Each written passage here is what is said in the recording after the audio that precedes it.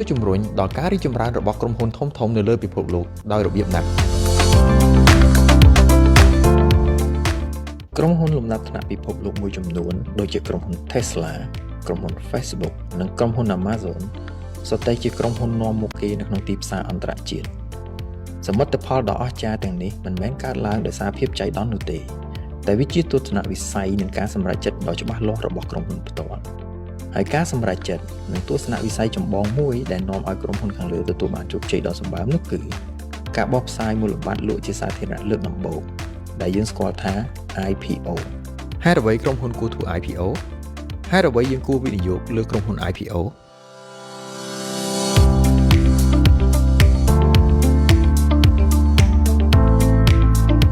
ក្រុមហ៊ុនដែលឆ្លងកាត់ IPO អាចធ្វើការកៀរគរទុនពីសាធារណៈក្នុងទំហំធំៗហើយបានច្រើនដងដែលឥតដែនកំណត់ក្នុងនោះយើងលើកយកក្រុមហ៊ុនយក្ស3មកឧទាហរណ៍1ក្រុមហ៊ុន Tesla ដើមទុនដែលកៀរគរបាននៅ IPO មានចំនួនប្រមាណ$226 លានក្នុងឆ្នាំ2010គិតមកដល់សប្តាហ៍ថ្ងៃក្រុមហ៊ុនបានកៀរគរទុនសរុបចំនួន5ដងដែលដើមទុនប្រមូលបានសរុបប្រមាណ$40,000 លាន2 Shopify ដើមទុនដែលកៀរគរបាននៅ IPO មានចំនួន$131 លានក្នុងឆ្នាំ2015គិតមកដល់សប្តាហ៍ថ្ងៃក្រុមហ៊ុនបានប្រមូលទុនចំនួន2ដងដែលដើមទុនប្រមូលបានសរុបប្រមាណ$600 លាន3ក្រុមហ៊ុន Xiaomi បាទសូមជម្រាបសួរដល់ភ្ញៀវកិត្តិយសនិងវិនិយោគិនទាំងអស់ដែលកំពុងតែតាមដានការផ្សាយបន្តផ្ទាល់ចេញពីផ្សារមូលបត្រកម្ពុជានារសៀលនេះបាទដោយបងប្អូនបានជ្រាបរួចហើយគឺជារៀងរាល់សប្តាហ៍នៅរសៀលថ្ងៃសុក្រយើងតែងតែមានការចូលរួមពីតំណាងក្រុមហ៊ុនចុះបញ្ជីមកធ្វើការបកស្រាយទៅលើវឌ្ឍនភាពនិងការរីកចម្រើនរបស់ក្រុមហ៊ុនបាទដោយសពដងដែរនៅថ្ងៃនេះយើងមានតំណាងពីក្រុមហ៊ុន DBD Engineering ដែលជាក្រុមហ៊ុននៅលើផ្សារកំណើតនៅក្នុងវិស័យសំណង់បាទដែលចូលខ្លួនមកធ្វើការបង្ហាញតាក់ទងមួយការរីកចម្រើនក៏ដូចជាការបកស្រាយទៅលើស្ថានភាពហិរញ្ញវត្ថុនិងដំណើរការរបស់ក្រុមហ៊ុនផងដែរបាទសូមជម្រាបសួរបាទជម្រាបសួរអញ្ចឹងមែនតើគឺយើងបានស្គាល់បងវុធាហើយឯងបាទបងថៃវុធាដែលគាត់ជាអភិបាលបប្រតិបត្តិនៃក្រុមហ៊ុន DBD Engineering ឆ្នាំមុនក៏បងចូលខ្លួនមកបកស្រាយបាទហើយក្បោះក្បាយមែនតើយើងរៀនសូត្របានច្រើនហើយសម្រាប់បងខ្លះទៀតប្រហែលជាស្គាល់បងតាមរយៈ content បាទបងក៏ជា content creator ដែរដែលបាទមាន page មួយឈ្មោះប្រាប់ចំបាទតាក់ទងជាមួយការថតការអីផ្សេងបាទបងអញ្ចឹងខ្ញុំគិតថាស្គាល់ច្រើនតែគិតទៅចង់ឲ្យបងណែនាំខ្លួនបន្តិចបងបាទជំរាបសួរដល់វិនិយោគិនក៏ដូចជាភ្ញៀវកិត្តិយសដែលតាមដាននៅក្នុងការ live ពី CSX ចឹងថ្ងៃនេះគឺជាការចូលរួមរបស់ខ្ញុំម្ដងទៀតហើយនឹងតំណាងឲ្យក្រុមហ៊ុន DBD Engineering ក្នុងការបង្ហាញអំពីអ្វីដែលក្រុមហ៊ុនបានអនុវត្តកន្លងមកហើយក៏ជាលទ្ធផលផ្សេងៗដែលយើងទទួលបានក៏ដូចជាអ្វីដែលនឹងរំពឹងទុកជូនជាព័ត៌មានទៅដល់វិនិយោគិនក៏ដូចជាសាធារណជនដើម្បីបានដឹងបន្ថែមអំពីក្រុមហ៊ុននឹងឲ្យពលដោយសារនិយាយទៅគឺ DBD Engineering បានចូលជានៅក្នុងផ្សារមូលបត្រហ្នឹងតាំងពីឆ្នាំ2021មកអញ្ចឹងរហូតដល់ឥឡូវរយៈពេល5ឆ្នាំហើយអញ្ចឹងមានការផ្លាស់ប្ដូរនៅចំណុចដែលល្អប្រសើរជាច្រើនហើយចំណុចនេះខ្ញុំក៏នឹងចង់ចែកម្លែកទៅដល់បងប្អូនម្ចាស់អាជីវកម្មនៅប្រទេសកម្ពុជាយើងឲ្យបានដឹងពីចំណុចនេះកាន់តែលំអិតស៊ីជម្រៅព្រោះដោយសារអញ្ចឹងខ្ញុំឃើញថានៅក្នុងផ្នែកអាជីវកម្មនៅស្រុកខ្មែរយើងមានអាជីវកម្មតូចនិងមធ្យមនឹងច្រើនហើយអាជីវកម្មបែបគ្រួសារនឹងក៏កាន់តែច្រើនបាទអញ្ចឹងអាជីវកម្មគ្រួសារគឺគាត់មានផលលំបាកនៅក្នុងការផ្លាស់ប្ដូរបាទហ្នឹងហើយអញ្ចឹងការឈានជើងចូលទៅក្នុងទីផ្សារមូលបត្រគឺជាផ្នែកមួយដែលអាចឲ្យគាត់បោះជំហានចេញពីការគ្រប់គ្រងបែបគ្រួសារបាទបងហើយធានានៅនិរន្តរភាពរយៈពេលវែងបាទអូខេអរគុណបាទអញ្ចឹងបងក៏នឹងមកចែកម្លែកបទពិសោធន៍សម្រាប់ម្ចាស់អាជីវកម្មផងដែរអញ្ចឹងបងដែរមានអាជីវកម្មផ្ទាល់ខ្លួនហើយមានអារម្មណ៍ថាយើងកំពុងតែដើរនៅលើផ្លូវមួយមិនច្បាស់លាស់អត់ដឹងថាត្រូវឬខុសទេធ្វើតាំងពីដើមមកអញ្ចឹងក៏អាចសម្រេចចិត្តស្ដាប់នៅការចែកម្លែករបស់បងវុធាដើម្បីយើងធ្វើការសម្រេចចិត្តថាយើងគួរនឹងបន្តអញ្ចឹងទៀតឬក៏យើងចង់ឈានទៅជំហានទៀតដើម្បីឲ្យអាជីវកម្មយើងវិវត្តកាន់តែល្អប្រសើរជាងមុនបាទបងអញ្ចឹងកុំឲ្យខាតពេលវេលាយូរប៉ុន្តែមានបន្តិចដែរបងអញ្ចឹងយើងមានការផ្ដល់ជូនបាទ dương miếng promo code chẳng đôi rò sập đá cứ dương tay từ miếng promo code sẽ bong đại chia vị dụ kênh thâm mấy ở toàn bàn chặt đá ở vị dụ để lượp xá ở trong ba cái này chui đố dương miếng promo code nó hàng cao chẳng bong ai dụ promo code ní tôi ca cho múa đòi chỉ tu tới cứ $5 bong con cả bạc nè bạn tay bạn xin chỉ promo code ní cứ admin kịch $5 thế cứ free of charge hay dương miếng support lập hiệp đối tại bạn bị chạy được trong cái con nhiều hàng cào nấng chẳng bọn ai pra promo code được bàn chẳng cũng ở khá PU chung Việt Ca bảo bọn Việt Ca để tôi cho mình cùng môn nâng bằng hai nhầm pia vậy bỏ DVD nhầm trang chạy lên tới lời cho nói nâng mùi đài phố đôi xa nhẹ nơi khăn nông ca áp bị vọt sẽ thực kết bỏ bật tê muối ca trô rung chùm này bỏ chỉ chôn từng mũi chìm sách ca thưa ở tròn lối đầm na ca đòi mình miên tục cọ cháu lá rồi bọn cứ chia cả ta môi để thưa áo trô rung chùm này là khăn nông ca đi chùm này vì sai sẽ kết nâng chìm cam nâng tầm đồng chẳng ca đại viên dấu cần mình tha tối thống tích trán trô rung được khăn nông ca viên dấu được khăn nông tìm xa một bát đòi tinh bị hôn crom hôn đại ban cho bệnh chi trầm trừ hơi nâng miền sông đa cục rón cứ thường niên khăn nông ca trô rung chùm này bỏ phụ quạt bộ đời sai vậy nhưng kết chạy bà sân chỉ nhưng kết tha crom hôn hạ bệnh đôi chìa miền asset miền tẹt miền đầy nhở mình nước mình nét mình ai miền lôi tràn pòn liến từ tinh asset tầng on tầng bán đi nè phần té nơi pe để cọt trô room chấm này nơi không cao viên dụ mùi crom hồn vì hạ bây đôi chỉ cọt trô room chấm này không cao tình đấy tình tẹt rồi có tình kêu một sân nước mùi này tôi nào mùi đầm bay áo bằng cá tới chia revenue bà chẳng cả lại như hãy coi bộ từ DVD chia ca sủng lại chất đồng bông đại crom hồn banสำหรับจัดในขนมกาโจในขนมทิพย์ซามูลบัตรนั้นคือตรองจำนวนหนึ่งที่มุ้ยคือชีเยี่ยมปลาตุนแต่ในขนมสาธิตนั้นอ้อยบานจรามีมเสถียรอยู่มุ้นที่ปีคือดอกกาอ้อยคลุนไอ้กรมพลคลุนไอ้มีการรีจุ่มรานผู้โดยสารยังปลาลอยยังซดไปคลาเวียเปิดเจียตังเวียเปิดเจียตังในเงินยังจำนวนนั่งกาโจรวมในขนมทิพย์ซามูลบัตรบานช่วยดอกสลายบรรทุกยังในขนมกาควักขาดตุนบังรีนั่งมวยพันไหนบ้า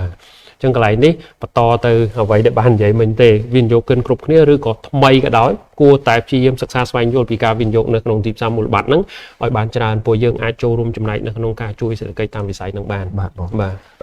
biến vị dụ cân quạt bởi sao bông lực la lại nấy nhưng mà trong ở bông chui về trẻ tích nên vị dụ cân khác có tha ta tinh phía hôn bọt đi bị đi chỉ nhiều đến tam sao một bạn bất chia từ tụ bán phía hôn năng mẹ ở trong hôn bạn đằng đài tế bọc bà chỉ tu tới cứ rò po miền tâyนั่นคือกรมพลตามด้านมือดังละโหดให้ผู้chỉ tu tới việc chỉ cảตัวเขาตระบอกกรมพลในขนมกาใบใจเปรียบแต่ดอลวินโยเกินกรมเนี่ย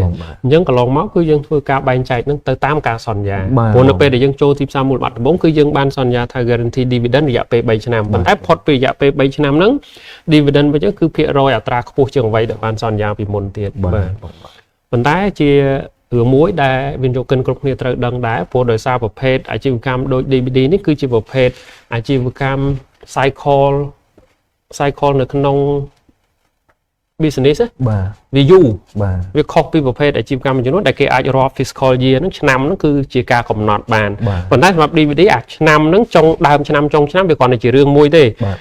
ดามชนำจงชนำเวียดเตอร์ตรูดซีเนี่ยจะมวยนั่งตุ่มพมโปรเจกต์เด็ดพอไปคลาจงชนำก็ได้มันได้โดยซาโปรเจกต์ยังเติมจับกระดาษแต่มีอารมณ์ทางโดยจงชนะมันได้โดยมีการควักขาดในขนมตุนวินโยกนั่งเฉินพอโดยซาเวียดเตอร์แต่ซีเนี่ยจะมวยนั่งกลมโรงพวกการนาแต่มีกลมโรงใจไม่ยังเผาลอยเฉินจงตัวไปจงชนะก็ได้คือเตอร์แต่จำนายจะได้แม้จำนายจะ investment เฉินตลอดมาเป็นบรรทัดตัวไตกลมโรงดอลดำหนักกาสมัยไอ้กี่ดอกกลมหนักกานามุ้ยแต่ตามกับโปรเรียบบางเกตบองลอยมาหนึ่งไงจังให้บ้านเชียที่จะในขนมกาบางฮานระบายกาให้รายผลน้ำยังหนึ่งเคยหนับเพียบพลัดโดนในขนมระบายการแต่เราวิชาเป็นจังปีเนเจอร์ปีทอมชิดในอาชีพกรรมบอดีจังบอกกลมโรงกันแต่ทมกลมโรงเดียไปกันแต่ยุวิธีเอาจะร้อนในกาเวลลอยโจลมาเป็นนักกอเบี้ยยูแต่ตามดังได้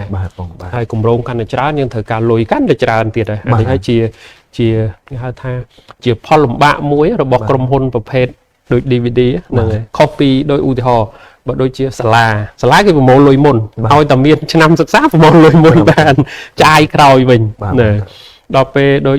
ซูเปอร์มาร์เก็ตหรือก็รีเทลสโตร์ผมโมลอยเวลจุ่มละหดโดยคือซาในรายถอยคือลอยเวลจุ่มละหดจังกับน็อตตามฟิสคอลเย็นส่วนมือแต่แบบโดยดีวีดีมือตามฟิสคอลเย็นนั่นคือมืออัดเคยปีตุ่มรงตรงที่ต่างมูลเนี่ยจีบกามเตะเติมมือแต่ง fiscal year performance ប្រចាំ quarter នីមួយៗហើយប្រចាំឆ្នាំហើយគឺត្រូវមើលពីគម្រោងដែលកំពុងតែធ្វើទៀតបានអាចសន្និដ្ឋានបានថាអូមិនជាបញ្ហាទេឬក៏ក្រុមហ៊ុនកំពុងតែជួបបញ្ហាអីបាទហ្នឹងហើយតើមើលអញ្ចឹងมันឃើញអស់នៅអញ្ចឹងដល់ចំណុចហ្នឹងគឺខ្ញុំបកស្រាយអំពីព័ត៌មានខ្លះៗពាក់ព័ន្ធជាមួយនឹងអ្វីដែលក្រុមហ៊ុន DVD Engineering បានធ្វើជាកន្លងមកហ្នឹងហើយក្នុងនាមខ្ញុំជាតំណាងក្រុមហ៊ុនបាទនឹងបកស្រាយនៅព័ត៌មានបាទហ្នឹងហើយអញ្ចឹង DVD បានដំណើរការមកហ្នឹងតាំងពីច្រើនឆ្នាំណាស់មកហើយរហូតដល់ឥឡូវវា30ឆ្នាំលើហើយណាបាទអញ្ចឹងនៅក្នុងអ្វីខ្ញុំបង្ហាញហ្នឹងគឺក្តោបទៅលើ4ចំណុចខាងលើដែលបងប្អូនទាំងអស់គ្នាឬក៏វិញ្ញាណជនដែលតាមដានហ្នឹងឃើញ DVD Engineering បានចាប់ផ្ដើមតាំងពីឆ្នាំ1995តែពេលនោះគឺយើងផ្ដោតតែទៅលើរឿងផ្នែកដូចធ្វើតភ្លើងតអីបន្តិចតួចអញ្ចឹងទៅព្រោះដូចជាការចាប់ផ្ដើមដំបូងប៉ុន្តែរហូតដល់ពេលបច្ចុប្បន្ន30ឆ្នាំនេះគឺធ្វើឲ្យយើងបានអភិវឌ្ឍជាក្រុមហ៊ុនដែលក្តោបទៅលើវិស័យ construction industry ហ្នឹងបានច្រើនជាងមុនច្រើនជាងមែនតែនហ្មងហ្នឹងហើយច្រើនជាងខ្លាំងហើយរហូតដល់ពេលបច្ចុប្បន្នបុគ្គលិកយើងគឺមានប្រហែលជានៅក្នុងកម្រិត1000នាក់ហើយគឺតាមប្រែប្រួលទៅតាមគម្រោងមានតិចមានច្រើនទៅតាមគម្រោងដែលតិចច្រើនដែលយើងកំពុងតែធ្វើដូចគ្នាដែរដែលអ្វីដែលយើងក្តោបជាសំខាន់ហ្នឹងគឺនៅក្នុងវិស័យ engineering ហើយនិង construction តែម្ដងមានន័យថារួមនៅក្នុងវិស័យហ្នឹងតែម្ដងមិនមែនតែថាផ្នែក MEP ផ្នែកសាងសង់ទៅលើតួអគារឬក៏ផ្នែកបំពាក់គ្រឿងសង្ហារឹមខាងក្នុងអីទេគឺយើងធ្វើបានទាំងអស់ហើយបន្ថែមទៅលើរឿងការបំពាក់រឿងគ្រឿង mechanic គ្រឿងប្រព័ន្ធផ្សេងៗអីផ្សេងៗហ្នឹងណាបាទបើនិយាយឲ្យងាយយល់គឺអតិថិជនចង់បានអីយើងអាចផ្ដល់ជូនបាននៅក្នុងវិស័យ construction បាទរួមទាំងមូលគឺអាចថា A to Z នៅក្នុងវិស័យហ្នឹងតែម្ដងរួមទាំងការផលិតនៅ material ដែលប្រើប្រាស់បាទហ្នឹងហើយអញ្ចឹងតកតងមួយ material ហ្នឹងជាច្រើនលើកច្រើនសារយើងតែងតែនិយាយថាចង់ផលិតឲ្យបានច្រើនឥឡូវហ្នឹងគឺកំពុងតែពង្រីកនៅក្នុងផ្នែកហ្នឹងហើយដើម្បីផលិតប្រើប្រាស់នៅក្នុងគម្រោងរបស់យើងហើយក៏យើងចង់លក់ទៅខាងក្រៅទៀតដែរបាទចឹងថ្មីនេះគឺក៏យើងទទួលបាននៅ certificate ISO 9001បាទដើម្បីធានាទៅលើគុណភាពក្នុងការគ្រប់គ្រងឲ្យកាន់តែមានប្រសិទ្ធភាពជាងមុន quality management system ព្រោះដោយសារកន្លងមកយើងឃើញពីចំណុចខ្វះខាតរបស់យើងដែរណាអញ្ចឹងយើងមើលពីចំណុចខ្វះខាតរបស់យើងហើយយើងពង្រឹងព្រោះនៅក្នុងផ្នែកនេះអ្វីដែលសំខាន់មួយខ្លាំងហ្មងគឺទៅលើផ្នែក audit ណាអញ្ចឹងផ្នែក audit មិនមែនតែ audit ទៅលើការគ្រប់គ្រងទេគឺ audit ទៅលើការចំណាយព្រោះនៅក្នុងវិស័យ construction នេះគឺយើងដឹងហើយមនុស្សច្រើនកម្លាំងពលកម្មច្រើនអញ្ចឹងការគ្រប់គ្រងទៅលើការចំណាយទៅលើកម្លាំងពលកម្មនោះវាជាផ្នែកមួយសំខាន់បំផុតសម្រាប់ក្រុមហ៊ុនព្រោះតែចំណាយច្រើនពេកវាប៉ះពាល់ដល់អត្រាចំណេញរបស់ក្រុមហ៊ុនហើយបាទហើយនៅក្នុង industry construction នេះគឺយើងជាប្រភេទ class 1 license អញ្ចឹងយើងអាចធ្វើអគារដូចចាប់ពី11ជាន់ឡើងឬក៏មានទំហំច្រើនជាង 3000 ការ៉េអញ្ចឹងណាអញ្ចឹងនិយាយរួមទៅគឺជាប្រភេទគម្រោងអគារធំទៅលើផ្នែកមិនថាតែតួរោងចក្រ shopping mall អគារខ្ពស់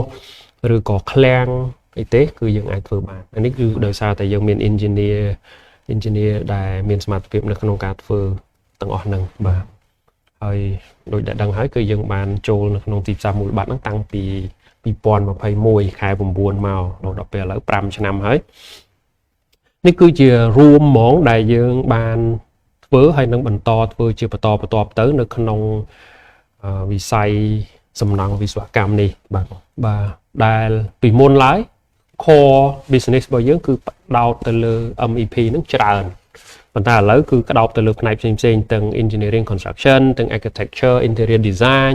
ហើយ structural civil engineer civil design and build នឹងទៀតអញ្ចឹងគឺយើងមានទាំង design procure build ហើយ maintain បាទអញ្ចឹងមានន័យថាចាប់ផ្ដើមពីដំបូងហ្មងយើង design ផ្ដល់ជាជំនាញបច្ចេកទេសនៅក្នុងការរៀបចំតួអគារក៏បានធ្វើម៉េចឲ្យត្រូវជាមួយនឹងគោលបំណងប្រើប្រាស់របស់ client ហើយក៏តាក់ទងជាមួយនឹងទៀតគឺយើងគ្រប់គ្រងតាំងពី supply chain នៅក្នុងការសាងសង់នឹងតែម្ដងព្រោះយើងមានផ្នែកមួយចំនួនគឺយើងផលិតដោយខ្លួនឯងបានផ្នែកមួយចំនួនទៀតគឺយើងនាំចូលមកដើម្បីបំពាក់ដំឡើងអីហ្នឹងណាគឺយើងធ្វើបានក្នុងទាំងអស់ហើយបំពាក់ដំឡើងនឹងតែម្ដងហើយបន្ទាប់ពីចប់គម្រោងហ្នឹងក៏យើងផ្ដល់នៅការធានាតាមរយៈការ maintenance ទៅលើគម្រោងរបស់យើងដូចគ្នាដែរអញ្ចឹងទាំងអស់ហ្នឹងគឺវាក្តោបរួមទាំងអស់ហើយកន្លងមកនេះនៅក្នុង industry សាងសង់ហ្នឹងគឺយើងធ្វើគ្រប់ផ្នែកផ្សេងគ្នាជាច្រើនហ្មងដូចសាលាអន្តរជាតិជាប្រភេទ អាគារសិក្សាអីហ្នឹងគឺយើងសាងសង់រួមតែម្ដងហើយមានដូចជាអាគារខ្ពស់អាគារ tower ខ្ពស់ហ្នឹង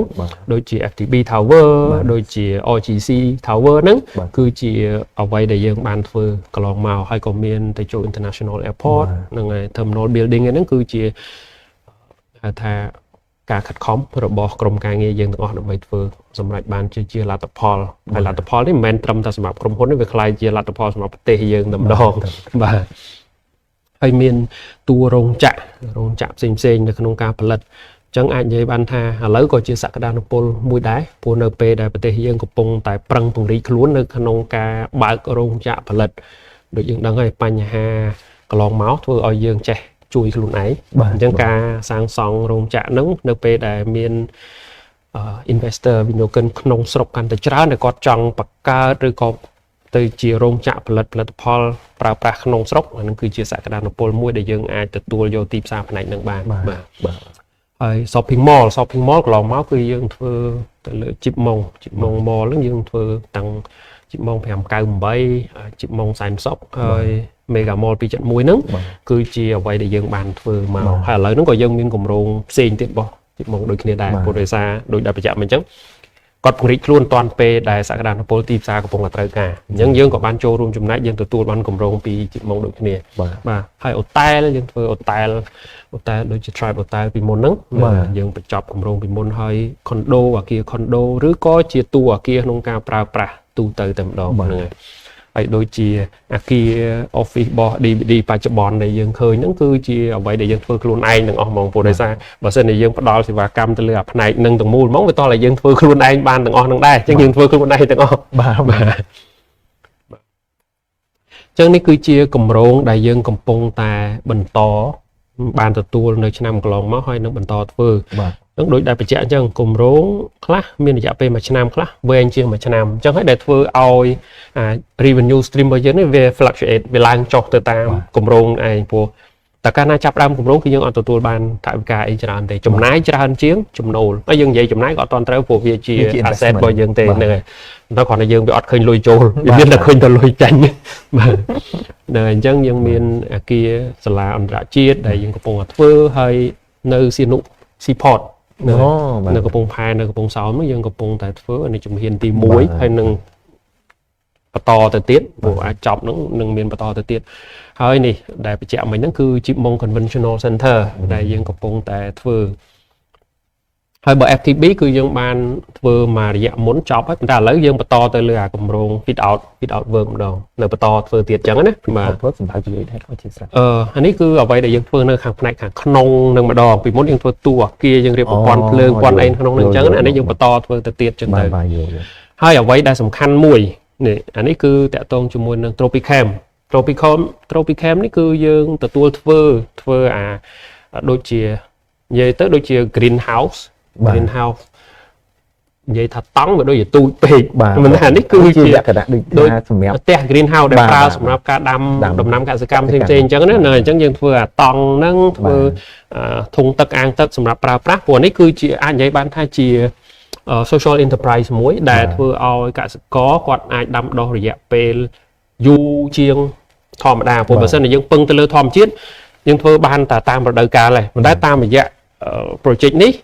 គឺយើងផលិតដើម្បីឲ្យយកទៅតម្លើងប្រើប្រាស់ហ្នឹងគឺអាចធ្វើឲ្យកសិករអាចដាំដុះបានមួយឆ្នាំហ្នឹង7ដងអញ្ចឹង rotate បានរហូតព្រោះយើងគ្រប់គ្រងស្ថានភាពនៅក្នុងផ្ទះ greenhouse ហ្នឹងបានអញ្ចឹងយើងមានអានេះគឺជាការចូលរួមដែលយើងផលិតហើយក្រុមហ៊ុន Tropicam ជាអ្នកយកទៅដាក់ទៅដល់កន្លែងកសិករនៅឥឡូវបានដាក់ច្រើនកន្លែងហើយដូចមានបរិមាណច្រើនអញ្ចឹងអានេះគឺចូលរួមចំណែកទៅលើផ្នែក agriculture innovation ហ្នឹងបានច្រើនឲ្យផលិតទៅលើរឿងហ្នឹងបានច្រើនហ្នឹងហើយយើងមានផ្ដល់សេវា maintenance ដែរសម្រាប់ Tropical Camp នេះផងផ្នែកនេះគឺអាចមិនតាន់ជានិយាយរឿងគ្នានេះទេព្រោះឥឡូវយើងផលិតសិនណាយើងផលិតទៅលើគ្រឿងអស់ហ្នឹងក្រែងមានបងកសិករឬក៏ជាសមាគមអីដែលគាត់ចាប់អារម្មណ៍មិនណាគាត់ខ្វាយគាត់តែគេថ្ងៃក្រោយបើនេះបើតាក់ទងហ្នឹងគឺមានន័យថា Tropicam គាត់ជាអ្នកទទួលបន្ទុកហើយព្រោះ project ហ្នឹងគឺជា project របស់ Tropicam យើងគឺជាអ្នកផលិតឲ្យគាត់តាមការចូលរួមចំណែកដោយប្រើបច្ចេកទេសរបស់យើងផលិតព្រោះធម្មតាអាគ្រឿងអស់នេះកាលណាតែផលិតមួយផលិត 10 20 វានឹង cost high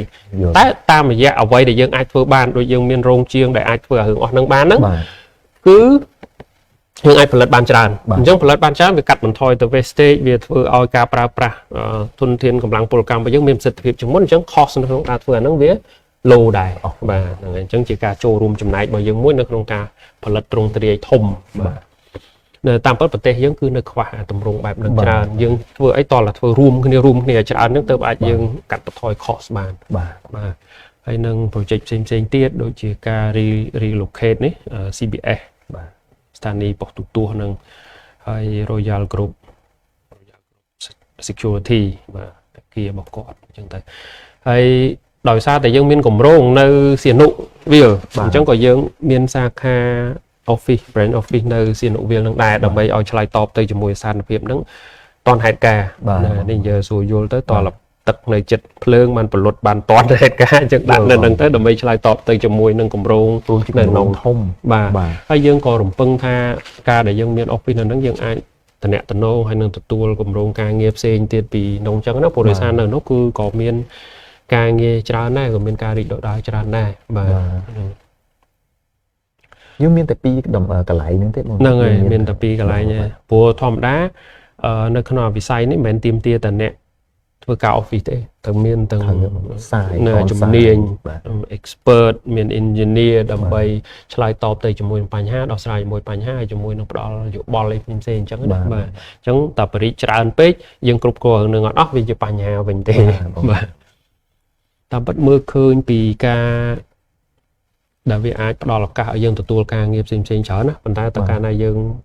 បើកកន្លែងច្រើនពេកហើយយើងគ្រប់គ្រងអត់អស់វាជាបញ្ហារបស់យើងវិញដោយសារតែទំហំការងាររបស់ DBD នេះគឺយើងធ្វើច្រើនធ្វើគ្រប់ហើយវាជាការទទួលខុសត្រូវខ្ពស់ទៀតវាមិនមែនថាដូចយើងសង់ផ្ទះល្វែងផ្ទះមួយណាព្រោះត្រូវធានាថាអ្វីដែលយើងធ្វើហើយវាដំណើរការរយៈពេលយូរឆ្នាំដោយមិនមានបញ្ហាបាទអាហ្នឹងហើយដែលជាចំណុចដែលសំខាន់ដែលវាទាមទារ engineering expertise ដូចឧទាហរណ៍យើងសម័យមើលបើសិនជាយើងធ្វើ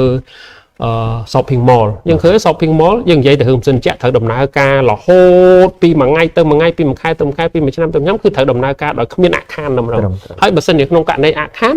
ក៏នៅតែផ្សារអាចដំណើរការបានអញ្ចឹងវាទាមទារ engineering expertise មួយដែលយើងអាចគ្រប់គ្រងអានឹងបានទោះបីជាមានបញ្ហាក៏យើងអាចនៅតែអាចដំណើរការបានណានៅសង្កេតឃើញថាអតិថិជនដែលមកទទួលសេវាពី DBD Engineer សុទ្ធតែក្រុមហ៊ុនធំហើយក៏យើងអត់ដែលមានទទួលបានព័ត៌មានថាមានបញ្ហាអីអញ្ចឹងបានន័យថាយើងមានស្តង់ដារខ្ពស់ក្នុងការបាទព្រោះដោយសារតែយើងយកចិត្តទុកដាក់ខ្លាំងទៅលើអ្វីដែលយើងប្រើប្រាស់ហើយជាមួយនឹងលទ្ធផលគុណភាពចុងក្រោយព្រោះដូចដែលនិយាយដល់ចំណុចនេះគឺយើងត្រូវដឹងថាប្រភេទ Quarter 1 2026ដែលយើងទទួលបានមួយផ្នែកធំគឺយើងទទួលបានពីការសាងសង់នឹងឯងសេវា core business របស់យើងនៅក្នុងសំណង់វិស្វកម្មការសាងសង់ការធ្វើបំពាក់អីផ្សេងៗនៅក្នុងតួអគារនឹងតែម្ដងប៉ុន្តែមួយផ្នែកតូចក៏យើងទទួលបានពីការលក់ material របស់យើងដែរកន្លែងនេះហើយដែលជាសក្តានុពលដែលយើងអាចបរិយាថ្ងៃក្រោយបានដែរប៉ុន្តែឥឡូវយើងនៅមិនទាន់ធ្វើកន្លែងនឹងបានទេតែយើងចង់ធ្វើកន្លែងហ្នឹងព្រោះតម្រូវការនៅក្នុងផ្នែកហ្នឹងវាច្រើនឥឡូវយើងប្រើតែខ្លួនឯងលក់បានខ្លះហ្នឹងណាបាទហ្នឹងហើយយើងបរិយាបានការផលិតហ្នឹងបន្ថែមបាទខ្លួនឯងសល់លក់បានទៀតហ្នឹងហើយមិនសល់ព្រោះជួនកាលនៅក្នុងអាប្រភេទនេះគឺជាទូទៅអត់ដែលសល់ទេព្រោះដោយសារការធ្វើគឺធ្វើទៅតាមស្ពេចហ្នឹងហើយជាទូទៅគឺមិនដែលអាចសល់បានទេព្រោះមានធ្វើទៅតាមស្ពេចតម្រូវការដូចឧទាហរណ៍យើងធ្វើ air duct មួយវាត្រូវតែមានសង់ដាអាគារហ្នឹងគេត្រូវការទំហំប្រមាណប្រវែងប្រមាណអញ្ចឹងយើងត្រូវធ្វើកាត់ប្រមាណកង់ដើម្បីឲ្យវាស្រួលដឹកជញ្ជូនផងវាស្រួលតម្លើងផងធ្វើខ្លីពេកវាស្រួលដឹកជញ្ជូនតែការតម្លើងវាមានបញ្ហាវាអាចផ្ដល់ឱកាសលេចធ្លាយវាច្រើនធ្វើវែងពេកវាពិបាកជញ្ជូនពីមួយកន្លែងទៅមួយកន្លែងប៉ុន្តែវាធានាហ្នឹងហើយវាមិនសូវជាមានបញ្ហានៅពេលក្រោយអញ្ចឹងវាតតែមានស្ពេចណាមួយដែលវាសមរម្យសម្រាប់តួអគារហ្នឹងកុំឲ្យវាខ្លីពេកកុំឲ្យវាវែងពេកតាមស្តង់ដារប្រើប្រាស់ហ្នឹងឯងអញ្ចឹងបានកន្លែងហ្នឹងមិនថាអត់មានសល់តែវាគួរតែត្រូវទៅតម្រូវទៅតាមស្ពេចនីមួយៗដែល client ត្រូវការឬក៏គម្រោងហ្នឹងទាមទារប្រភេទបែបម៉េចបាទអញ្ចឹងកន្លែងហ្នឹងយើងមានការផលិតរបស់យើងផ្ទាល់ដើម្បីប្រើនៅក្នុងគម្រោងរបស់យើងហើយក៏យើងពង្រីកនៅក្នុងផ្នែកផលិតកម្មរបស់យើងដែរព្រោះឥឡូវហ្នឹងគឺយើងកំពុងតែរៀបចំធ្វើបន្ថែមហ្នឹងហើយនេះគឺបើសិនជាយើងកលេចមើលពី revenue នៅក្នុង Q1 2025 Q1 2026ហើយជាមួយនឹងព័ត៌មានបន្ទាប់ទៀតនេះយើងនឹងឃើញពីអ្វីដែលខ្ញុំបានបញ្យល់ពីខាងដើមថា nature នៃ business របស់ DVD វារៀងខុសពីប្រភេទអាជីវកម្មដទៃបាទអញ្ចឹងនៅក្នុងឆ្នាំ2025 Q1 ទាំង revenue ទាំង cost of goods sold ច្រើនក៏ប៉ុន្តែគឺបើបូកសរុបទៅជា earning per share ហ្នឹង negative វិញនៅទៅជាខាតវិញប៉ុន្តែនៅក្នុងឆ្នាំ2025ទាំងមូលមកគឺចំណេញទេព្រោះកន្លងមកយើងបានបែងចែក dividend ហើយហ្នឹងហើយអញ្ចឹងកន្លែងហ្នឹងដូចបើសិនជាយើងក៏លេខមើល Q1 Q2 គឺយើងអាចសន្និដ្ឋានពី performance បានទេតមើលពីគម្រោងហើយមើលទាំង performance ប្រចាំ quarter នឹងទៀតទៅយើងអាចដឹងអញ្ចឹងបើសិនជានៅក្នុង2025គឺដោយសារតែគម្រោង2យើងទទួលបានចំណូលច្រើនគឺដូចជា FTB Tower ហើយជាមួយនឹង Jetras Tower ដែលឥឡូវហ្នឹងដូចឈ្មោះទៅជា RGC ហ្នឹងហើយបាទអញ្ចឹងគឺយើងទទួលបានពីគម្រោងព្រោះវាដល់កន្លែងដល់ពេលវេលាដែលបញ្ចប់អញ្ចឹងដល់ពេលដល់យើងបញ្ចប់គម្រោងហ្នឹងយើងមិនទទួលបានចំណូលពីរឿងហ្នឹងច្រើនបាទអញ្ចឹងយើងបានទទួលចំណូលនឹងច្រើនក៏ប៉ុន្តែមួយផ្នែកទៀតគឺយើងចាប់ផ្ដើមគម្រោងថ្មីយើងធ្វើគម្រោងថ្មីដែលយើងចាយលុយទៅវិញច្រើនដែរអត់បានលុយណាដល់ពេលអញ្ចឹងទៅវាកាត់កងគ្នាមក quarter ហ្នឹងយើងអត់ឃើញចំណេញទេតែវាកើនឡើងណាផ្នែកខាងក្រោយតែលុយដែលយើងចាយទៅនេះនឹងប្រមូលទៅគម្រោងចប់មកវិញទៀតហ្នឹងហើយព្រោះបើសិនជាយើងនិយាយថាលុយចំណាយវាអត់តន់ត្រូវទេហ្នឹងហើយព្រោះតល់តែអាហ្នឹងคล้ายទៅជាខ្ទង់ចំណាយសុទ្ធហ្មងវាអត់មាន return ទេមកវិញអាហ្នឹងបានយើងរាប់ថាខាតប៉ុន្តែអានេះវានៅជារបស់របស់យើងដែលបំពាក់ហើយតែយើងអត់តន់បានលុយហ្នឹងហើយព្រោះធម្មតានៅពេលដែលយើងតឡើងអីមួយវាមិនមែនថាយើងតឡើងចប់យើងបានលុយអានឹងព្រាមទេគឺត្រូវមាន inspection មានអីទៅរំតែ invoice បានហ្នឹងណា invoice ហើយគឺត្រូវចាំរយៈពេលដែល pay ហ្នឹងទៀតអញ្ចឹងវាយូរហ្នឹងហើយបានឆ្លើយតបទៅរឿងហ្នឹងវាយើងត្រូវការលុយច្រើនមែនទេនៅពេលដែលមានគម្រោងច្រើនបាទហើយសម្រាប់2026ណាយើងបានលុយតិចទេហ្នឹងហើយលុយដែលចូលមកនៅតិចទេសម្រាប់ Q1 Q2 អាចនិយាយបានថា revenue ហើយនឹង cost of goods sold ប្រហែលគ្នាទេយើងអត់ទាន់ឃើញជា big profit អីនៅឡើយប៉ុន្តែអាចនិយាយបានថានៅចុងឆ្នាំឬក៏ Q3 នេះទៅអានឹង revenue របស់យើងនឹងអាចកើនឡើងច្រើនព្រោះថាមានគម្រោងដែលនឹងដល់ពេលដែលយើងត្រូវទទួលផលព្រោះឥឡូវអានេះគឺគ្រាន់តែប្រពាក់តម្លើងតិចតួចអញ្ចឹងទេបាទគម្រោងយើងចាប់ផ្ដើមវាច្រើនប៉ុន្តែវានៅក្នុងកម្រិតមួយដែលយើងវាអត់តន់ negative earning per share វាអត់តន់ negative ទេព្រោះមានកម្រោងខ្លះគឺយើងបានលុយអញ្ចឹងតែគ្រាន់តែវាអត់តន់បានច្រើនបាទតែបើសិនជាយើងសង្កេតមើលទៅលើ current ratio quick ratio វិញគឺយើងអាចសន្និដ្ឋានពីសុខភាព financial របស់ក្រុមហ៊ុនមានន័យថាក្រុមហ៊ុនប្រើប្រាស់នៅទុនវិនិយោគរបស់ខ្លួនហើយជាមួយនឹងកម្ចីរយៈពេលខ្លីនេះមានប្រសិទ្ធភាពយើងប្រើមានប្រសិទ្ធភាពមិនមែនទុកលុយចោលច្រើនពេកហើយក៏មិនខ្ចីច្រើនលើសពីសមត្ថភាពរបស់យើងដែរបើសិនជាយើងឃើញពី liability របស់យើងច្រើនហើយបើយើងអាហ្នឹងបើសិនជាក្នុងករណីបែបហ្នឹង liability របស់យើងច្រើនហើយជាមួយនឹង earning per share យើងហ្នឹងវា negative ទៀតអាហ្នឹងមកអាសន្នមិនណានេះវាអត់ជាបញ្ហាទេព្រោះដោយសារ liability នៅក្នុង current ratio quick ratio របស់យើងវានៅក្នុងកម្រិតមួយដែលបញ្ជាក់ថាពីសុខភាពរបស់ក្រុមហ៊ុនគឺដំណើរការបានល្អប្រសើរណា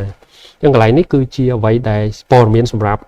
investor ដែរព្រោះពេលខ្លះគាត់ឃើញ Q1 ចំណេញតិចឬ Q1 ខាតអញ្ចឹងគាត់អាចភ័យមិនដឹងចំណេញយ៉ាងម៉េចអញ្ចឹងអានេះយើងសង្កេតមើលទៅគឺមិនជាបញ្ហាអីទេហើយតែអនុបាទសាងសងបំណុលរបស់យើងនៅល្អបាទនៅល្អហើយ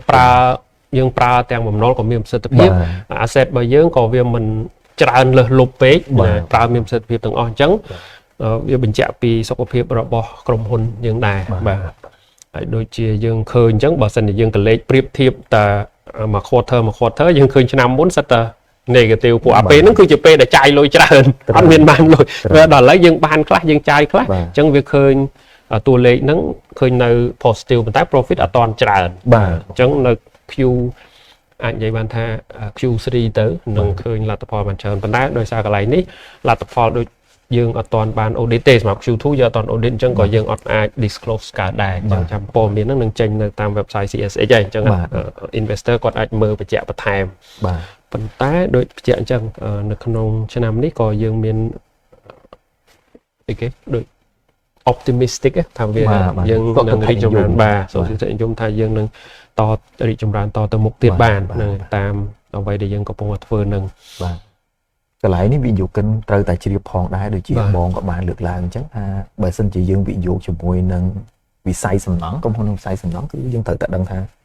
nơi không tây miền lại tới coi dương tự cá chai lui tới đập bấy mình chai vô từ từ cái chai vô tới đập bấy sang ở kia đại dương nó thử bầm mồi lui nó màu bình bán nơi pena mùi nó pena mùi nó coi dương thử từ mưa tiết bởi cùng ruộng nó 5 năm và 2 giờ 5 năm bởi cùng ruộng 7 năm 7 năm cái đó của đôi không cạn này u thì hò thà đôi dương đò Q3 ឬក៏ Q4 វាចិត្តដល់ពេលវេលាមួយដែលយើងបិទបញ្ជីអញ្ចឹងអញ្ចឹងសរុបលទ្ធផលហើយប៉ុន្តែវាចៃដន្យនេះឧទាហរណ៍ថាបើសិនជាយើងមានគម្រោងថ្មីច្រើនហើយគម្រោងធំច្រើនវាធ្វើឲ្យតួលេខធ្លាក់ចុះប៉ុន្តែជារឿងល្អវិញទេព្រោះផលវាបាននៅពេលក្រោយនៅអញ្ចឹងដូចបានបញ្ជាក់ជាច្រើនលើកច្រើនសារ nature វាខុសពីប្រភេទ industry ដទៃទៀតដែល revenue stream ហើយជាមួយនឹង expand អីផ្សេងៗវាវិលជុំជាប្រចាំរបស់យើងវារៀងតាមពេលវេលាអញ្ចឹងតាមពេលវេលានេះវាអត់មានកំណត់ថាដើមឆ្នាំពាក់កណ្ដាលឆ្នាំចុងឆ្នាំទេពេលណាក៏អាចកើតឡើងដែរតែឲ្យតែក្រុមហ៊ុនមានគម្រោងបន្តហើយយើងទៅមើលអនុបត្តិសមបំណុលរបស់យើងធំជាងមួយគឺក្រុមហ៊ុនហ្នឹងហើយអញ្ចឹងបើសិនជា investor ក៏លេខមើលពី performance របស់ក្រុមហ៊ុនក៏លេខមើលពីគម្រោងដែលកំពុងតែធ្វើហើយនឹងគម្រោងដែលកំពុងតែកើតឡើងគម្រោងដែលយើងដេញថ្លៃផ្សេងៗហ្នឹងគឺជាចំណុចមួយដែលមើលទៅឃើញតម្លាភាពច្បាស់លាស់កាន់តែច្បាស់ហ្នឹងហើយមានតម្លាភាពហើយកាន់តែច្បាស់លាស់ទៀតព្រោះបើសិនជាយើងមើលទៅតួលេខប្រចាំត្រីមាសពេលខ្លះយើងមើលទៅតែស្វាំងមើលទៅតែស្វាំងព្រោះថាឃើញលេខអត់ល្អរៀងភ័យខាត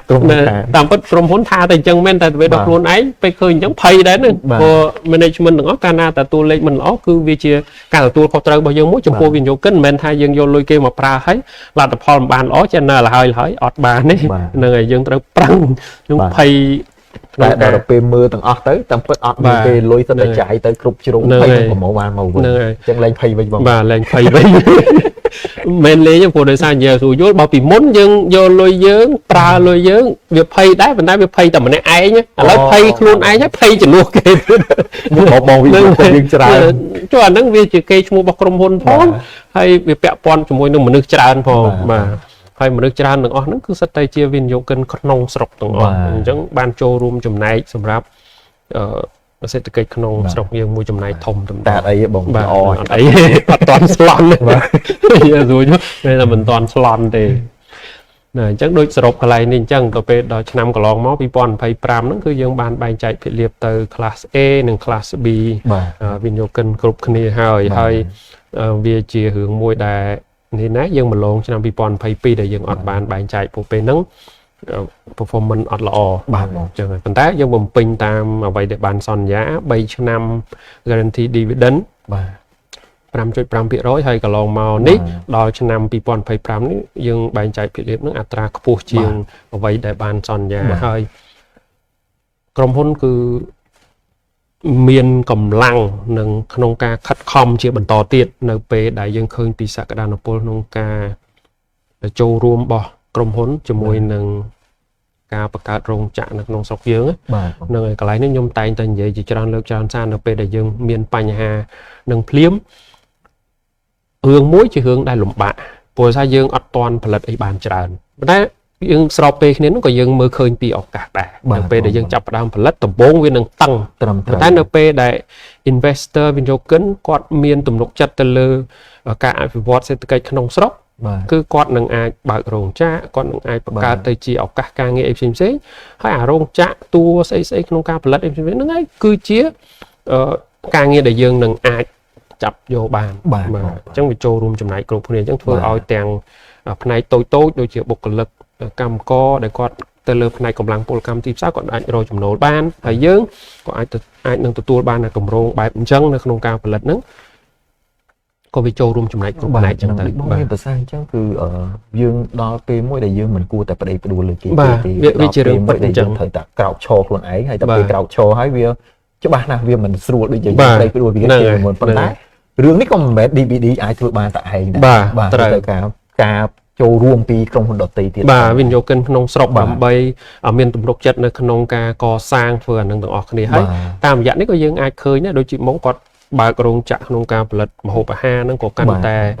ផុសផុលជាងមុនបាទហើយគាត់ធ្វើអីផ្សេងទៀតដែលអាចនឹងចូលរួមចំណែកនៅក្នុងការ ផលិតផលក្នុងស្រុកនឹងបាទកន្លងមកយើងមានហើយប៉ុន្តែវាមិនទាន់ជាខ្លាំងក្លាបាទហ្នឹងអញ្ចឹងតលតែយើងប្រឹងឲ្យច្រើនទៀតអញ្ចឹងប្រឹងឲ្យច្រើននោះទាំង investor វិនិយោគិនដែលគាត់មានទុនកុំឲ្យទុកចោលវិនិយោគជាមួយនឹងក្រុមហ៊ុនណាមួយដើម្បីឲ្យក្រុមហ៊ុនអាចយកទុនមកប្រើប្រាស់ដូចជា DVD ក៏ដោយដូចជាក្រុមហ៊ុនណាក៏ដោយអញ្ចឹងធ្វើឲ្យចរន្តលុយនោះវាវិលជុំនឹងមានប្រសិទ្ធភាពមានន័យថាឲ្យលុយនោះវាចេះតែបង្កើតលុយបើកាលណាលុយយើងទុកនៅក្រោមខ្នើយវាអត់បង្កើតលុយទេវិនិយោគិនដែលបងសំដៅថាមានលុយកុំឲ្យទុកចោលហ្នឹងបងប្អូនយើងគាត់តិចគាត់យល់ច្រឡំថាវិនិយោគិនដែលមានលុយ$1000មួយខែឬក៏$10000មួយខែទៅបាទអញ្ចឹងកន្លែងដែលថាកុំឲ្យយកលុយទុកចោលមានន័យថាទាំងតិចតួចទាំងច្រើនក្តីតិចក្តីគឺអាចយកមកក្នុងការវិនិយោគព្រោះនៅក្នុងការវិនិយោគនៅក្នុងផ្សារមូលបត្រគឺយើងចូលរួមជាមួយនឹងក្រុមហ៊ុនដែលដំណើរការបានល្អជាច្រើនឆ្នាំរួចមកហើយព្រោះតាមអ្វីដែលដឹងហើយអ្វីដែលនឹងបន្តធ្វើជាបន្តទៀតនឹងទាំងខាង SELC ក៏ដោយទាំងខាង CSX ក៏ដោយគឺជ្រើសរើសក្រុមហ៊ុនដែលមានសក្តានុពលមិនមែនចេះជ្រើសរើសក្រុមហ៊ុនទៅពីឲ្យមកឡើងផ្សារទេព្រោះនៅក្នុងផ្សារមូលបត្រនេះក៏អាចនិយាយបានថាជាជំហានថ្មីសម្រាប់ប្រទេសកម្ពុជាយើងដែរដល់ពេលជាអញ្ចឹងវាតតែធ្វើឲ្យ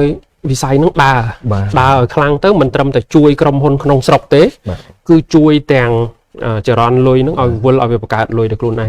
នៅក្នុងចំណុចនេះខ្ញុំអាចនិយាយបានថានៅស្រុកខ្មែរយើងគួរតែធ្វើអាផ្នែកនឹងឲ្យបានផុសផុលខ្លាំងជាងនឹងទៀតប្រជាជនទូទៅវិនិយោគិនទូទៅគួរតែចូលរួមចំណែកផ្នែកនឹងឲ្យបានខ្លាំងក្លាយើងឃើញនៅស្រុកគេក្រុមហ៊ុនជាច្រើនដែលគាត់ដំណើរការទៅជោគជ័យហើយគាត់ឡើង IPO ផ្លឹបគឺធ្វើឲ្យក្រុមហ៊ុនហ្នឹងមានឱកាសក្នុងការពង្រីកហ្នឹងខ្លាំងមែនតើបាទអញ្ចឹងមានឱកាសពង្រីកខ្លាំងស្របពេលគ្នាជាមួយនឹងផ្ដល់ឱកាសឲ្យលុយដែលតិចហ្នឹងបាទក៏คล้ายទៅជាមានប្រសិទ្ធភាពណាមានប្រសិទ្ធភាពឧទាហរណ៍ដូចដែលខ្ញុំនិយាយពីខាងដើមបើក្រុមហ៊ុនទិញដីដើម្បីធ្វើតួរោងចក្រអស់ប្រហែលលានអញ្ចឹងទៅមនុស្សម្នាក់មិនអាចមានលុយទៅទិញអញ្ចឹងច្រើនទេប៉ុន្តែការប្រមូលទុនរួមអាចផ្ដល់ឱកាសប្រើឲ្យអស់ហ្មងទិញបានក្នុងការអភិវឌ្ឍនឹងអញ្ចឹងមកបាទអញ្ចឹងបានថាសរុបទៅលើ investor ហ្នឹងគឺមានន័យថាតិចតួចតិចក្តីច្រើនស្អីគឺយើងសម្លឹងមើលពីក្រុមហ៊ុនហើយវិនិយោគជាមួយនឹងក្រុមហ៊ុនដើម្បីឲ្យបានទទួលផលទាំងអស់គ្នាហ្នឹងហើយតែយើងត្រូវដឹងពីប្រភេទអាជីវកម្មរបស់ក្រុមហ៊ុនដែរដូចឧទាហរណ៍អ្នកដែលវិនិយោគជាមួយនឹង DVD គួរតែគាត់សម្លឹងរយៈពេលវែងណាបើកាលណាគាត់ចង់ទិញលក់ហ្មងដូចជាមិនសូវជាឆ្លើយតបទៅជាមួយតម្រូវការរបស់គាត់ដែរបើគាត់សម្លឹងមើលទៅថ្ងៃក្រោយក្រុមហ៊ុនអាចទិញ asset ក្នុងការពង្រីក evaluate ទៅលើ asset នឹងឡើងវិញអីចឹងទៅគឺអាចទទួលបានផលពីរឿងអស់ហ្នឹងហើយព្រោះមុននឹងក្រោយទេគឺយើងច្បាស់ជាត្រូវការលុយដើម្បីត្រឹមធ្វើទៀតហ្នឹងហើយมันអាចថាពឹងទៅលើលុយដែលមានស្រាប់ឬក៏ចរន្តដែលនៅក្នុងហ្នឹងដើម្បីតែធ្វើវាអត់តន់សភាពការពេលខ្លះឱកាសវាកើតឡើងស្របពេលគ្នាជាមួយនឹងការត្រៀមខ្លួនរួចជាស្រេចរបស់យើងអញ្ចឹងបាន DVD ចេះតែខំប្រឹងរាល់ថ្ងៃហ្នឹងគឺដើម្បីថាថ្ងៃណាមួយដែលមានឱកាសគឺយើងអាចចាប់ឱកាសហ្នឹងបានយើងអត់ការធ្វើរបស់ DVD ដើម្បីពង្រឹងទៅលើគុណភាពអនុវត្តទៅលើសង្ឃដែរបានល្អផ្សារពង្រឹងទៅលើជំនាញក្រុមការងារហើយជាមួយនឹងផ្នែកផ្សេងទៀតទាំងការស្វែងរកទុនមកធ្វើហ្នឹងវាជាការរៀបរយខ្លួនរៀបចំខ្លួនឲ្យរួចជាស្រេចនៅពេលដែលថ្ងៃណាមួយយើងមានគម្រោងឬក៏វិនិយោគពីក្រៅប្រទេសក្នុងការធ្វើអីមួយជាគម្រោងធំគឺយើងរួចរាល់ក្នុងការទទួលយកគម្រោងហ្នឹងមកវាជារឿងឈឺចាប់បំផុតនៅពេលដែលមានគម្រោងដែលធំដែលយើងអាចទទួលបានអីដូចថាសមត្ថភាពបច្ចេកទេសយើងមានប៉ុន្តែឧទាហរណ៍ថាយើងខ្វះលុយក្នុងការទទួលយកអាហ្នឹងវាជារឿងដែលគួរឲ្យឈឺចាប់បំផុតឬក៏ថាពេលខ្លះការប្រមូលលុយហ្នឹងវាពិបាកតែយើងអាចធ្វើទៅរួចប៉ុន្តែបើសិនជាយើងខ្វះជំនាញក៏ពិបាកនឹងទទួលយកដែរថាយើងមានគ្រប់អស់ខ្វះតែដើមទុនហ្នឹងហើយខ្វះដើមទុនហើយជាមួយនឹងឱកាសពេលវេលាថារឿងហ្នឹងកើតមកដល់ឈឹបយើងទទួលឱកាសនឹងបានវាជារឿងដែលល្អបំផុតអញ្ចឹងកន្លែងនេះគឺដូចគ្នាដែរ DVD ក្រៅតែពីការវិនិយោគការដែលប្រឹងធ្វើអីផ្សេងបែបយ៉ាងហ្នឹងក៏ចង់ស្វែងរក strategic partner ដែរអ្នកដែលគាត់មានបទពិសោធន៍នៅក្នុងផ្នែកហ្នឹងឲ្យកាន់តែច្រើនដើម្បីមកចូលរួមមួយយើងមិនមែនដាក់ទៅលុយទេអ្នកបើសិនជាវិនិយោគពីក្រៅប្រទេសដែលគាត់មានទាំងធនធានដែលគាត់មានទាំងធនធានបច្ចេកទេសចូលរួម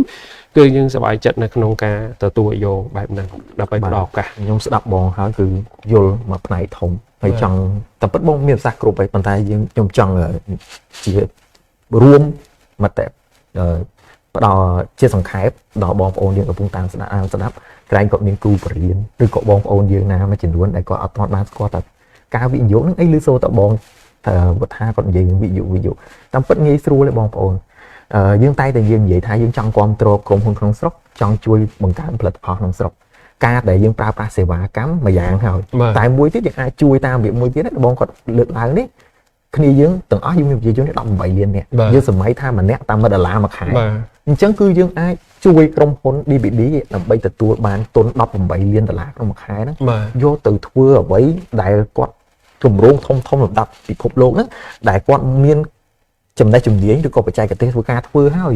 ប៉ុន្តែខ្វះដើមទុនព្រោះខាង DVD គាត់មិនមែនទទួលគម្រោងតែមួយទេបាទមានគម្រោងច្រើនអញ្ចឹងគាត់យ៉ាងណាក៏ឲ្យក្រុមហ៊ុនធំប៉ុណ្ណាក៏នៅតែខ្វះដើមទុនបាទចំណុចនេះគឺខ្ញុំបន្ថែមទៅលើព័ត៌មានអាចថាអញ្ចឹងពេលខ្លះ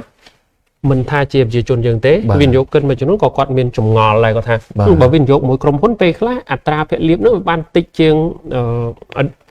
interest rate ពីធនាគារតែយើងត្រូវគិតពីចំណុចនេះមួយហេតុអីបានបើសិនជាមិនល្អជាងហេតុអីក៏ទីផ្សារមូលបត្រនៅតែដំណើរការហើយប្រទេសដែលរីកចម្រើនគឺគេកាន់តែជំរុញព្រោះដោយសារតែមានកត្តាមួយដែលខុសពីការដាក់ប្រាក់សន្សំ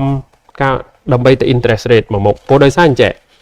នៅក្នុងការដែលយើងដាក់ប្រាក់សន្សំសុទ្ធហ្មងរយៈពេលវែងវាអាចជួបនឹងហានិភ័យរឿង inflation ប៉ុន្តែជាមួយនឹងការវិនិយោគជាមួយនឹងក្រុមហ៊ុនវាផ្ដល់ឱកាសមួយផ្សេងទៀតគឺ asset របស់ក្រុមហ៊ុនមានការកើនឡើងត្រឹមត្រូវបាទអញ្ចឹងមានន័យថា$1របស់គាត់បើអាចប្រឈមមុខជាមួយនឹង inflation ដូចគ្នាប៉ុន្តែ$1របស់គាត់គឺកើនឡើងតាមរយៈ asset របស់ក្រុមហ៊ុន$1គាត់អាច duplicate ទៅជា$2ក្នុងរយៈពេល5ឆ្នាំឬក៏10ឆ្នាំអញ្ចឹងគឺអាចធានានៅការរីកចម្រើនមួយសម្រាប់គាត់ណាអញ្ចឹងនិយាយបែបនេះមិនមែនថាការដាក់ប្រាក់បញ្ញើហ្នឹងមិនល្អទេវាអាស្រ័យទៅលើលុយរបស់យើងដែលមានបើយើងរយៈពេលខ្លីយើងអាចដាក់នៅអ្វីដែលវាសមរម្យជាមួយនឹងការប្រើប្រាស់គោលបំណងរបស់យើងទៅតែបើសិនជាយើងសម្លឹងមើលរយៈពេលវែងយើងអាច invest ជាមួយនឹងក្រុមហ៊ុនវិនិយោគជាមួយនឹងក្រុមហ៊ុនដែលមានសក្តានុពលក្នុងការរីកចម្រើនរយៈពេលវែងដូចគ្នាបាទអញ្ចឹងមានន័យថាខ្លួនយើងក៏ប្រើទុនខ្លួនឯងហ្នឹងមានប្រសិទ្ធភាពដូចគ្នាដែរកុំឲ្យយកទៅទុកចោលបាទ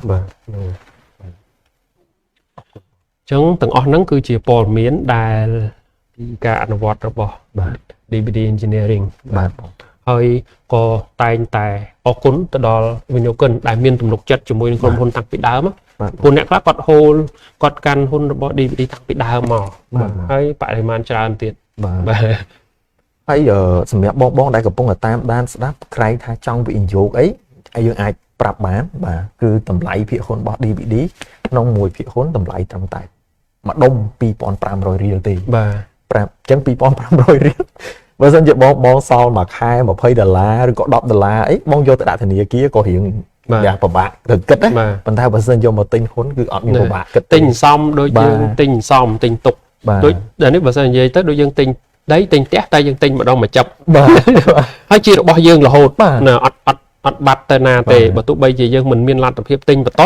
ក៏អ្វីដែលយើងបានទិញហើយនឹងនៅតែជារបស់យើងវាខុសពីឲ្យយើងទិញឧទាហរណ៍ថាយើងបង់មនុស្សតែទៅពេលដល់យើងជួបស្ថានភាពណាមួយយើងអត់បន្តបង់បានអានឹងវាជាហានិភ័យរបស់យើងមួយប៉ុន្តែបើក្នុងករណីនេះបើយើងឧទាហរណ៍តែឥឡូវយើងទិញប៉ុណ្ណាទិញប៉ុណ្ណឹងទៅហើយទៅពេលដល់យើងមិនទាន់មានលទ្ធភាពទិញក៏យើងឈប់ទិញទៅតែអ្វីដែលយើងទិញហើយនៅតែជារបស់យើងដដែលទេនេះស្រួលមែនតើបាទអត់មានតម្រូវឲ្យបង់ប្រចាំខែពេលណាមានលុយក៏ invest ពេលណាមិនមានលុយក៏នៅមានទ្រព្យហ្នឹងហើយចំណុចនេះដោយសារអាចថាប្រជាជនយើងមួយចំនួនក៏អត់ទាន់បានដឹងពីព័ត៌មានហ្នឹងអញ្ចឹងនៅក្នុងសង្គមទាំងមូលការស្វែងយល់ពីព័ត៌មានអស់នេះវាអាចចូលរួមចំណែកជួយហើយបើគ្រឹះស្ថានអប់រំគួរតែបន្ថែមព័ត៌មានទៅលើការវិនិយោគនេះឲ្យបានច្រើនព្រោះដើម្បីកុំឲ្យតែយើងមានតែហៅថាចំណេះដឹងណាព្រោះចំណេះដឹងក្នុងសភៅយើងរៀនតាមសភៅអាជីវកម្ម business ពីក្រៅប្រទេសយើងធ្លាប់រៀនយើងធ្លាប់ដឹងយើងធ្លាប់ឮអញ្ចឹងហើយប៉ុន្តែទីផ្សារមូលបត្រការទិញអីផ្សេងនេះគឺយើងអាចធ្វើបាននៅក្នុងប្រទេសយើងផ្ទាល់តាមរយៈទីផ្សារមូលបត្រនៅក្នុងស្រុកយើងតែម្ដងមានគឺមហាវិទ្យាល័យនិងវិទ្យាស្ថានមួយចំនួនគាត់បានបញ្ចូលរួមបញ្ចូលការវិនិយោគទៅក្នុងបាទ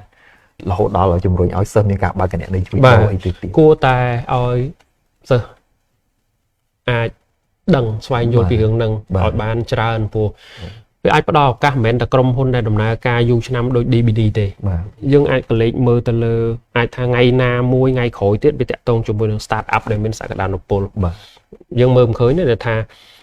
នៅក្នុងប្រទេសយើងអាចមានក្រុមហ៊ុនណាមួយដែលជាក្រុមហ៊ុន start up ដែលអាចផ្ដល់នៅការផ្លាស់ប្ដូរដូច game changing industry ណាមួយហើយដោយសារតែគាត់ខ្វះលុយហើយគាត់អាចទៅមុខទៀតបានអានឹងវាជារឿងដែលគួរចាប់ស្ដាប់អញ្ចឹងបើសិនជាមានទុនដែលគាត់អាចនឹងសម្លឹងមើលក្នុងការយកមកអភិវឌ្ឍហ្នឹងគឺអាចផ្ដល់ឱកាសសម្រាប់ប្រទេសយើងឬក៏អាជីវកម្មក្នុងស្រុកយើងនឹងកាន់តែល្អប្រសើរជាងមុនហើយនេះមិនមែនជួយតែក្រុមហ៊ុនទេអ្នកដែលចូលរួមវិនិយោគសុទ្ធតែទទួលបានផលប្រទេសជាតិយើងក៏ទទួលបានហ្នឹងហើយថាទៅ start up គឺផ្ដល់ឱកាសច្រើនប៉ុន្តែក៏ត្រូវការលុយច្រើនដែរដែលទាមទារឲ្យវិនិយោគិនគ្រប់គ្នាមានទំនុកចិត្តដែរត្រឹមត្រូវបាទទៅរួចបាទហ្នឹងហើយគាត់តែដូចដែរនេះអញ្ចឹងដំបូងគឺក្រុមហ៊ុនដែលនៅក្នុងផ្សារមូលបត្របច្ចុប្បន្នគឺក្រុមហ៊ុនដែលនិយាយស្រួលយល់មានស្ថិរភាពនិងផ្លូវការជាច្រើនឆ្នាំរួចមកហើយបាទត្រឹមត្រូវអរគុណច្រើនមែនតើបងសម្រាប់ការធ្វើបទបង្ហាញដ៏ខ្វះក្បាយហើយឆ្លៀតបាទចែកម្លែកតាក់ទងvớiបទពិសោធន៍ក្នុងការវិនិយោគក៏ដូចជាសម្រាប់អ្វីដែលបងបានលើកឡើងនេះគឺបើនិយាយថាត្រូវចិត្តព្រោះយើងនៅតែទទួលបានចម្ងល់ពីបងប្អូនយើងច្រើនមែនតើបងធ្វើឲ្យតែយើងមានការ live ការផ្សព្វផ្សាយចុះទៅបង្រៀនចុះទៅចែករំលែកទៅតាមស្ថាប័នហើយក៏ដូចជាសាលាមហាវិទ្យាល័យក៏នៅតែមានទទួលបានចម្ងល់ពីសាធារណជនច្រើនថាអាការវិនិយោគហ្នឹងបោកមែនហើយទិញហ៊ុនហ្នឹងឬសូទិញហ៊ុនជឿបានអត់បាទហើយឮថាទិញហ៊ុន Acida អីចឹងហ្នឹងក៏នៅតែទទួលបានចម្ងល់ច្រើនហើយមានបងប្អូនខ្លះទៀតគាត់ជឿហើយប៉ុន្តែអត់ដឹងចាប់ដើមតាមណាហើយចឹងបើអ្វីដែលបងបានលើកឡើងនេះគឺអាចសង្ឃឹមថាពួននៅពេលតិចទៀតទៅយើងនឹងវីដេអូនេះក៏នឹងយកទៅអាប់ឡូតនៅក្នុង YouTube បាទអញ្ចឹងបងប្អូនយើងគាត់អាចមើលគាត់អាចទទួលបានចំណេះដឹងច្រើនពីអ្វីដែលបងបានលើកឡើងអញ្ចឹងយើងមែនតើទៅគៀកមកមែនតើប៉ុន្តែចង់ទទួលសំណួរពីបងប្អូនយើងដែលគាត់កំពុងតែតាមដានគេគាត់មានសំណួរមួយចំនួនសម្រាប់បងបាទអញ្ចឹងយើងទទួលប្រហែលជា 2-3 សំណួរបាទបង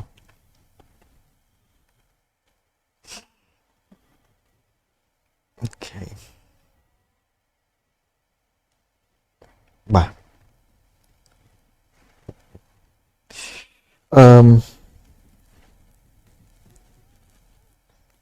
ដូចជាអត់តមានសំណួរឬក៏មកពីអ៊ីនធឺណិតខ្ញុំដើរយឺតបាទចង់បើអត់តមានសំណួរក៏ខ្ញុំឆ្លៀតឆ្លើយមួយដោយនេះបងអញ្ជើញបងអញ្ជើញតកតងជាមួយនឹងក្រុមហ៊ុន DVD Engineering នៅក្នុងឆ្នាំ2026នេះបាទបងក្រុមហ៊ុននៅតែមានឆន្ទៈនៅក្នុងការបែងចែកភាគលាភបើសិនជាក្រុមហ៊ុនទទួលបានប្រាក់ចំណេញណាអញ្ចឹងគឺយើងនៅតែផ្ដល់នៅជាការតបស្នងទៅដល់ investor របស់យើងវិនិយោគិនដែលគាត់តែងតែជឿទុកចិត្តក៏ដូចជាវិនិយោគិនដែលថ្មីដែលគាត់នឹងចង់វិនិយោគជាមួយនឹងការទិញភាគហ៊ុនរបស់ក្រុមហ៊ុនអញ្ចឹងណាបាទបងបាទយើងនឹងបែងចែកភាគលាភទៅតាមអ្វីដែលយើងអាចរកបានព្រោះដោយសារមិនមែនជារឿងដែលថាយើងរកបានហើយចិត្តតែយកមកទុកតាretain earning របស់យើងតរហូតទេយើងចង់ឲ្យជាការតបស្នងទៅដល់ទៅដល់វិនិយោគិនដូចគ្នាដែរហើយចង់ឲ្យគាត់សប្បាយចិត្តហើយជាមួយនឹងត្រេកអរជាមួយនឹងអ្វីដែលក្រុមហ៊ុនខិតខំដូចគ្នាព្រោះជាការចូលរួមរបស់គាត់បាទមែនតើទៅជាការបែងចែកភាគលាភនេះមិនមែនជារឿងអីដែលយើងងាយស្រួលពេកទេយើងត្រូវថ្លឹងថ្លែងបាទពេលដែលយើងដកសាច់ប្រាក់មកចែកភាគលាភខ្លាំងពេកក៏វាអាចធ្វើឲ្យប៉ះពាល់ដល់អាជីវកម្មក្នុងការរីកចម្រើនបើយើងដាក់ទៅច្រើនពេកនៅក្នុងអាជីវកម្មវិនិយោគិនគាត់ចាយចំណេញយកទៅទុកចំណេញយកទៅទុកអត់ចែកឆ្នាំ2026នេះគឺចែកច្រើនឃើញវិនិយោគិនសប្បាយចិត្តបងបាទហើយដូចដែលបញ្ជាក់អញ្ចឹងកាលណាតាយើងទទួលបានគម្រោងថ្មីហើយវាអត់ជន់អាពេលវេលាគ្នាដែលយើងអាចប្រមូលrevenue ហើយ profit របស់យើងតន់នៅក្នុងឆ្នាំគឺយើងនឹងបានយកមកបែងចែកដល់វិនិយោគិនឯងបាទបងបាទហើយតើកាលណាបាននៅផលចំណេញហ្នឹងគឺអត់ភ្លេចវិនិយោគិនទេភ្លេចទេគឺបែងចែកទៅហើយដូចជាអត់មានសំណួរបងដូចជាអត់មានសំណួរទេប្រហែលជាបងប្អូនគាត់ច្បាស់គាត់ថាបានបាទអត់មានសំណួរអីទេប៉ុន្តែបើសិនជាបងប្អូនមានសំណួរអាចតម្លាក់នៅក្នុងប្រអប់សំណួរខាងក្រោមបានអញ្ចឹងពីខ្ញុំមានសំណួរតែមួយទេបងព្រោះឃើញថាអ្វីដែលឆ្ងល់បងបានបកស្រាយឲ្យអស់ហើយតាក់ទងជាមួយនឹង DBD Engineering បើសិនជាតាក់ទងជាមួយនឹង construction របស់យើងបើសិនជាថ្ងៃក្រោយទៅតើយើងមានគម្រោងនឹងប្រកួតបើថាសួរនៅក្នុងម្ដងពេលនេះវាហាក់ដូចជាពិបាកការសួរដែរដោយសារតែ យើងអត់ទាន់មានគម្រោងពីក្រៅមកប៉ុន្តែចង់សួរថាថ្ងៃក្រោយទៅយើងមានគោលបំណងចង់ពង្រីកទៅដល់ដាក់ដេញថ្លៃយកគម្រោងនៅក្រៅប្រទេសដែរទេបាទអញ្ចឹងចំណុចហ្នឹងវាអាចព្រោះយើងមើលអត់ឃើញទេនៅអនាគតយ៉ាងណាប៉ុន្តែអ្វីដែលយើងបានត្រៀមខ្លួនរួចជាស្រេចហ្នឹងគឺទៅការពង្រឹងសមត្ថភាពក្រុមការងារពង្រឹងទៅលើស្តង់ដារការងារស្តង់ដារសុវត្ថិភាពនៃការធ្វើរបស់យើងឲ្យបានល្អប្រសើរអញ្ចឹងនេះវាជាការត្រៀមខ្លួនរួចជាស្រេចមួយនៅពេលណាមួយយើងនឹងអាចមានដៃគូសហការជា strategic investor តែគាត់មានទាំងទុនវិនិយោគហើយគាត់មានទាំងបច្ចេកទេសប៉ុន្តែគាត់ត្រូវការគ្រប់គ្រងដែលល្អគាត់ត្រូវការអ្វីដែលយើងមានអញ្ចឹងពេលហ្នឹងគឺយើងអាចទទួលបានឱកាសក្នុងការចូលរួមក្នុងការដេញថ្លៃគម្រោងអន្តរជាតិបែបហ្នឹងបានហ្នឹងហើយកន្លងមកគឺពេលខ្លះវាជាអ្វីដែលយើងសោកស្ដាយដែរវាមានគម្រោងដែលយើងអត់អាចទទួលយកបានពាក្យថាអត់អាចទទួលយកបានយើងឃើញថាដូចវាលើសពីសមត្ថភាពយើងពេកអីចឹងព្រោះនៅក្នុងអាគម្រោងបែបបោះ DVD engineering នេះវាយើងនិយាយស្រួលយល់យើងនៃធៀបដោយការធ្វើផ្ទះល្វែងអញ្ចឹងចុះអត់ដូចគ្នាអញ្ចឹងទេគាត់ធ្វើផ្ទះគាត់ចេះធ្វើតែហើយអញ្ចឹងទៅចប់ណាតែយើងទទួល project ណាមួយគឺយើងត្រូវមានលុយបំរុងយើងត្រូវតែដាក់ធានាឲ្យគេឃើញឲ្យ client របស់យើងនឹងឬក៏ project owner នឹងគាត់ដឹងថាយើងមានលុយមានសមត្ថភាពក្នុងការធ្វើបាទមិនមែនចេះទទួលធ្វើយើងចេះថាបានអត់ទេគម្រោងទេគឺគាត់បោះហ្នឹងហើយថាបង្ហាញយកគម្រោងហ្នឹងហើយអញ្ចឹងហើយបាននិយាយថាត្រូវការលុយច្រើនហ្នឹងគឺដោយសារមូលហេតុហ្នឹងអញ្ចឹងមិនត្រឹមតែមានបច្ចេកទេសគេអាចដឹងថាយើងមានបច្ចេកទេសមានសមត្ថភាពគ្រប់គ្រាន់តាមរយៈការងារចាស់គម្រោងចាស់ប៉ុន្តែរឿងលុយការងារចាស់ការងារថ្មីវាផ្សេងគ្នាអញ្ចឹងមិនជាគេឲ្យយើងដាក់លុយឃើញហ្មងតែតើយើងមានលុយធ្វើទើបអាចយើងទទួលគម្រោងនឹងបានណាអញ្ចឹងពេលខ្លះក៏វាច្រើនពេកពីសមត្ថភាពរបស់យើងទៅយើងក៏ស្លន់ដែរចឹងនិយាយអញ្ចឹងណាថាយើងមិនមានការខកចិត្តទេយើងខកចិត្តដែរយើងអាចធ្វើបានប៉ុន្តែយើងអត់មានអាដើមទុនទៅបង្ហាញអញ្ចឹងចំណុចហ្នឹងគឺជារឿងមួយដែលនិយាយស្រួលយល់មិនឲ្យឈឺចាប់នៅពេលដែលយើងឃើញដូចសាច់នៅមុខយើងយកអត់បានវាគួរឲ្យសោកស្ដាយទាំងវាអត់ពាក់ព័ន្ធជាមួយនឹងសមត្ថភាពយើងបើនិយាយទៅគាត់នេះយើងខ្វះដើមទុនយកទៅបង្ហាញគេហ្នឹងអាកន្លែងនេះហើយដែរខាងផ្សារមូលបត្រតាមពិតមែនទេយើងគឺជាវេទិកាមួយជួយជំរុញឲ្យដើមទុនហ្នឹងទៅដល់ក្រុមហ៊ុនប៉ុន្តែគឺត្រូវការគ្រប់គ្រងពីវិនិយោគិនអញ្ចឹងប្រភពលុយនៅក្នុងការប្រើប្រាស់នៅក្នុងអាជីវកម្មបើសិនជាអាជីវកម្មបែប family គឺប្រភពលុយចេញពីគ្រួសារខ្ចីបងប្អូនតែទៅពេលដល់ក្រុមហ៊ុនពង្រីកកាន់តែច្រើនទៀតទៅគឺកម្ចីធនាគារហើយជាមួយនឹងការលក់បនបោះបនហើយជាមួយនឹងទីផ្សារមូលបត្រអញ្ចឹងប្រភពនៃទុនអស់ទាំងហ្នឹងគឺត្រូវតែដំណើរការឲ្យបានល្អវាជាគ្រឹះមួយនៅក្នុងការធានាថាក្រុមហ៊ុនក្នុងស្រុកមានឱកាសនឹងរីកចម្រើនតាន់ពេលបាទអញ្ចឹងសំខាន់ខ្លាំងបាទមូលហេតុដែល DVD ចេះតែលើកយកអំពីការចូលរួមរបស់ investor ហើយជាមួយនឹងប្រជាជនទូទៅនោះព្រោះដោយសារ DVD ខ្លួនឯងដោយសារតែការបោះមូលបត្រក្នុងការលក់ភាគហ៊ុននេះទើបយើងអាចមានលុយនៅក្នុងការមកពង្រីកធ្វើនេះធ្វើនោះបានអញ្ចឹងគាត់ថាថ្ងៃណាមួយទៀតយើងនឹងត្រូវការអញ្ចឹងទៀតអញ្ចឹងសង្ឃឹមថានៅពេលដែលយើងត្រូវការទុនវិនិយោគបន្ថែមបែបហ្នឹងគឺយើងអាចទទួលប្រមូលបាននៅក្នុងការធ្វើឲ្យមានការរីកចម្រើនកាន់តែធំជាងមុនបាទអញ្ចឹងដូចនិយាយចាក់មិនអញ្ចឹងគម្រោងពេលខ្លះនៅមុខហើយបើយើងទទួលយកមិនបានវាជារឿងដែលគួរឲ្យសោកស្ដាយដោយសារតែខ្វះលុយដោយសារខ្វះអីហ្នឹងគឺវាឈឺចាប់អរគុណច្រើនមែនតើបងច្បាស់លាស់ហើយខ្ញុំអត់មានអីសួរទៀតទេបាទហើយវិនិយោគិនក៏គាត់អត់មានចម្ងល់អីដែរអញ្ចឹងបងមានពាក្យពេចន៍អីថ្លែងទៅកាន់វិនិយោគិនហើយនឹងភ្ញៀវកិត្តិយសរបស់យើងបាទអញ្ចឹងពីខ្ញុំទៅវិញក៏អរគុណដល់ខាង CSX ដែលតែងតែផ្ដល់ឱកាសក្នុងការចែកម្លែកអរគុណទៅដល់វិនិយោគិនដែលតែងតែគ្រប់គ្រង DVD តាមរយៈការទិញហ៊ុនរបស់ DVD កន្លងមកហើយបន្តកាន់តទៅទៀតអញ្ចឹងណាហើយចំណុចនេះគឺចង់ចែកម្លែកទៅដល់បងប្អូនទាំងអស់គ្នាក៏ដូចជាវិនិយោគិនថ្មីសម្រាប់ការវិនិយោគទៅលើក្រុមហ៊ុនណាមួយក៏មកជឿតាមគេព្យាយាមស្វែងយល់ដោយខ្លួនឯងព័ត៌មានអស់ទាំងហ្នឹងគឺមានហើយព្រោះនៅពេលដែលក្រុមហ៊ុនបោះផ្សាយមូលបត្រដូច DVD អញ្ចឹងគឺមានតម្លាភាពអស់ហើយអញ្ចឹងស្វែងយល់ខ្លួនឯងកុំឲ្យជឿតាមគេដូចអ្វីដែលខ្ញុំនិយាយមិញអញ្ចឹងយើងដឹងយើងឮត្រួសហើយប៉ុន្តែបើចង់វិនិយោគស្វែងយល់ចូលទៅដើម្បីយកព័ត៌មានរបាយការណ៍ហិរញ្ញវត្ថុរបស់ក្រុមហ៊ុន disclosure document របស់ក្រុមហ៊ុនដើម្បីមើលឲ្យដឹងលម្អិតមុននឹងយើងទិញមុននឹងយើងចាប់ផ្ដើមធ្វើយើងសាកល្បងតិចស្វែងយល់ឲ្យដឹងឲ្យហើយព្រោះឱកាសថ្ងៃក្រោយយើងអត់ដឹងទេហ្នឹងហើយដូចតែខ្លួនខ្ញុំផ្ទាល់ការដែលជំនាន់ខ្ញុំរៀន ជំនាន់ខ្ញុំរៀនអត់ទាន់មានទីផ្សារមូលបត្រស្រុកខ្មែរយើងឯងតែយើងបានដឹងតាមរយៈការមើលរឿង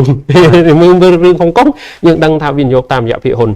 យើងរៀនយើងដឹងតាមរយៈការវិនិយោគនឹងដូចគ្នាពីសភៅប៉ុន្តែយើងអត់បានសាកផ្ទាល់ព្រោះជំនាន់យើងនោះវាអត់ទាន់មានបាទអញ្ចឹងធ្វើម៉េចបានដឹងពីរឿងហ្នឹងអញ្ចឹងពេលហ្នឹងគឺខ្ញុំត្រូវទៅបើក account នៅក្រៅប្រទេសដើម្បីទៅឲ្យ experience នៅរឿងហ្នឹងបាទដើម្បីឲ្យយើងអាចទិញដូរហ៊ុននឹងនៅឲ្យស្វែងយល់ការតាមដានរបាយការណ៍ហិរញ្ញវត្ថុអីឲ្យដឹងដូចគេដូចឯងដែរកុំឲ្យតែដឹងតែតាមគេណាអញ្ចឹងពីមុនទៅចាប់យកឱកាសមើលយើងព្យាយាមស្វែងយល់អញ្ចឹងដូចពីមុនហ្នឹងគឺត្រូវទៅបើក account នៅក្រៅប្រទេសដើម្បីទិញហ៊ុនដូចនៅនៅ New York Stock Exchange អីអញ្ចឹង Nasdaq អីអញ្ចឹងគឺវាពិបាកហើយវាឆ្ងាយអញ្ចឹងធ្វើឲ្យយើងអាចថាមន្ទិលឬក៏មិនមានមុខចាអូលុយនឹងវាមិនអីមិនអញ្ចឹងតែឥឡូវយើងមាននៅក្នុងស្រុកយើងអស់ហើយយកឱកាសហ្នឹងក្នុងការសិក្សាស្វែងយល់ពីក្រុមហ៊ុនក៏ដោយពី industry ក៏ដោយពីការវិនិយោគនឹងក៏ដោយដើម្បីផ្ដល់ឱកាសឲ្យខ្លួនឯងផងផ្ដល់ឱកាសដល់ក្រុមហ៊ុនក្នុងស្រុកយើងផងបាទព្រោះបើក្រុមហ៊ុនធំហ្មងមិនសូវជាអីទេតែក្រុមហ៊ុនប្រភេទដូចកដាលហ្នឹងដូចក្រុមហ៊ុនដែលទឹមតាមានការរីកចម្រើនថ្មីហ្នឹងព្រោះដោយសារប្រទេសយើងគឺសម្បូរក្រុមហ៊ុនដែលគ្រប់គ្រងតាមបែបគ្រួសារហើយចង់ផ្លាស់ប្ដូរបាទបងចង់ផ្លាស់ប្ដូរហ្នឹងគឺពិបាកទី1គឺម្ចាស់ក្រុមហ៊ុនគឺត្រូវដាក់ចិត្តហ៊ានប្រឡែងបាទហ៊ានប្រឡែងហ្នឹងគឺហ៊ានប្រឡែងនៅក្នុងថាអូព្រោះអាជីវកម្មដូចកូនហ្នឹងហ៊ានប្រឡែងដើម្បីមានឱកាសរីកចម្រើននៅពេលក្រោយស្របពេលគ្នាហ្នឹងគឺតលតែនៅក្នុងវិស័យការទិញភាគហ៊ុនហ្នឹងវាទៅរលូនដែរទើបអាចប្រឡែងទៅហើយមានទុនដើម្បីយកមកប្រើប្រាស់ដោយសមស្របបាទអញ្ចឹងអ្វីទាំងអស់ហ្នឹងគឺជាសារបាទល្អមែនតើបងអញ្ចឹងពីខ្ញុំអត់មានអីទេព្រោះសម្រាប់ខ្ញុំគឺតាមអ្វីដែលបងជឿបងវណ្ណថាក៏បានបង្ហាញនេះគឺគ្រប់ជ្រុងជ្រោយឲ្យមានធ្វើឲ្យមានទំនុកចិត្តមែនតើទៅលើក្រុមហ៊ុនឃើញថាក្រុមហ៊ុនមិនមែនខាតនឹងដោយសារតែការចាយទៅលើខុសខ្ទង់ឬក៏អីទេគឺដោយសារតែលុយហ្នឹងយើងត្រូវតែចាយទៅលើគម្រោងជាមុនសិននៅពេលដែលយើងអាចប្រមូលបានមកវិញអញ្ចឹងបងប្អូនដែលបន្តវិនិយោគនៅលើក្រុមហ៊ុន DVD Engineering គឺយើងកុំវិនិយោគគ្រាន់ឃើញធ្លាក់លក់ភាគហ៊ុនទៅបាត់យើងត្រូវជឿជាក់លើក្រុមហ៊ុនហើយបន្តការភាគហ៊ុនហ្នឹងអញ្ចឹងពីមួយឆ្នាំទៅមួយឆ្នាំគឺទ្រព្យសកម្មរបស់ក្រុមហ៊ុនកើនឡើងហើយក៏ទទួលបានគម្រោងធំហ្នឹងគឺជាការជួយរួមចំណែកទៅដល់ក្រុមហ៊ុនហើយក្រុមហ៊ុនក៏មិនភ្លេចក្នុងការផ្ដល់អត្ថប្រយោជន៍ទៅដល់ក្រុមហ៊ុនហ្នឹងបាទអញ្ចឹងមកដល់ពេលបញ្ចប់ខ្ញុំជាមួយនឹងបងវណ្ណថាសូមអរគុណសម្រាប់ពេលវេលាដ៏មានតម្លៃរបស់ភ្ញៀវកិត្តិយសនិងវិនិយោគិនដែលកំពុងតែតាមដានការផ្សាយបន្តផ្ទាល់ហើយសង្ឃឹមថាវិនិយោគិននិងបងប្អូនយើងជួយជំរុញដំណើរការទីផ្សារមូលបត្រនៅផ្សារនៅប្រទេសកម្ពុជារបស់យើងបាទអញ្ចឹងជូនពរបងប្អូនជាមួយដូចជាភ្ញៀវកិត្តិយសទាំងអស់ទទួលបានតែសេចក្តីសុខនិងប្រកបកិច្ចការអ្វីបានជោគជ័យគ្រប់ភារកិច្ចបាទអរគុណច្រើនបាទ From the heart of Phnom Penh a new light shines a dream for the future built over time where companies grow and hopes begin where every small step can turn into a win. Families dream of a brighter day, businesses rise and lead the way. Through trust, through vision, through every exchange, Cambodia's future begins to change. One market, one nation, one dream we share, building opportunity with courage and care. From investors' hands to companies' goals, CSX helps our economy grow. Rise Cambodia, rise with pride. Let the market be your guide. CSX, the bridge we see to growth, to hope, to prosperity. Invest today, believe tomorrow. Turn hard work into less sorrow. Together we grow, together we stand for a stronger Cambodia.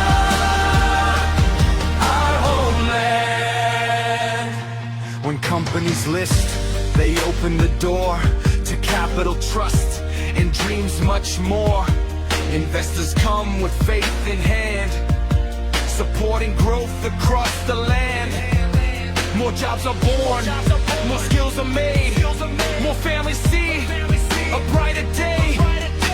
From city streets to countryside.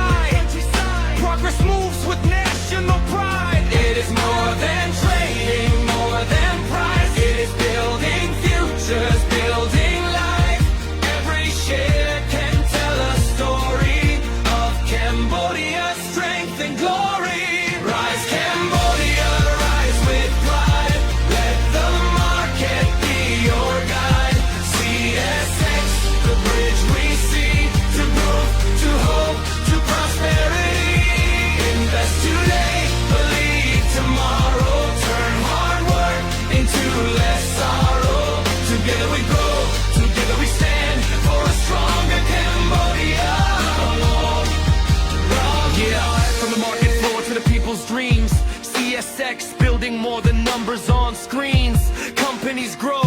investors take part. A stronger economy starts from the heart. More transparency, more trust in the game. More listed companies making their name. Capital flows, new projects rise. Cambodian ambition reaching the skies. This is not just profit, not just trade. It is the foundation of progress made. Better jobs, better lives, better plans, a better future in Cambodian hands. So we learn, we invest, we move with care. Opportunity grows when knowledge is shared. CSX, we rise, we believe. In the future, our people can achieve. For every young dreamer who wants to begin, for every worker hoping to win, for every company ready to grow, CSX lights the path we know. Rise Cambodia, rise with pride. Let the market be your guide. CSX, the bridge we see to grow, to hope, to prosperity. Invest today, believe tomorrow. Turn hard work into less sorrow. Together we grow, together we stand for a stronger Cambodia. Our homeland. Cambodia rising, step by step, with every dream and every breath. CSX, a future bright, guiding our nation towards the light.